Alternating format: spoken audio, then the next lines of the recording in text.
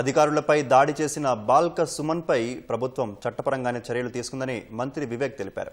అధికార దుర్వినియోగానికి ఎవరూ పాల్పడలేదని మంత్రి వెల్లడించారు. ఓటింగ్కి పోతున్నాను. మా రెండే కార్లు ఉండే, మా కౌన్సిలర్స్ ఒక కారులో ఉండే, ఒక కారులో నేను మా ఎంపీ గారు ఉండే.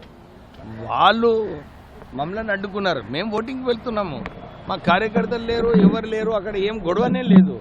వాళ్ళు ఎందుకు ఆయన రాళ్ళు విసిరేస్తున్నారు, మళ్ళీ ఈ ట్రాఫిక్ కోన్ విసిరేస్తున్నారు. నా కారు వైట్ విండ్ స్క్రీన్ మొత్తం ధ్వంసం కావడం జరిగింది.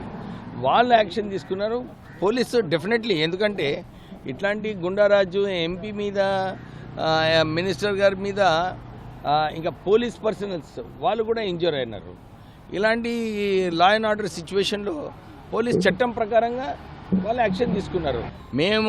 నేను ఈ 2.5 సంవత్సరాలలో చెన్నూరు నియోజకవర్గంలో ఒక్క టీఆర్ఎస్ నాయకుడిని నా అరెస్ట్ చేసినాము, నా రేడ్ చేసినాము, నా ఏదైనా అధికారం దుర్వినియోగం ఎప్పుడు చేయలేదు. కానీ బాల్క సుమన్ 5 సంవత్సరాల క్రితము మున్సిపల్ ఎలక్షన్స్ కాకుండా చూసినాడు. ఆయన ప్రజాస్వామ్యాన్ని కూలీ చేసినాడు. ఆయన ఈరోజు ఈ సంవత్సరము అన్ని చోట్ల ప్రాపర్గా ఎలక్షన్స్ జరిగినాయి ప్రజాస్వామ్యంగా. అందు గురించి వాళ్ళు సిపిఐతో పొత్తు పెట్టుకున్నారని ఖైతాన్పల్లిలో కూడా వాళ్ళు గెలిచినారు. నిజంగా అధికార దుర్వినియోగం ఉంటే ఇవన్నీ ఉంటుండేనా?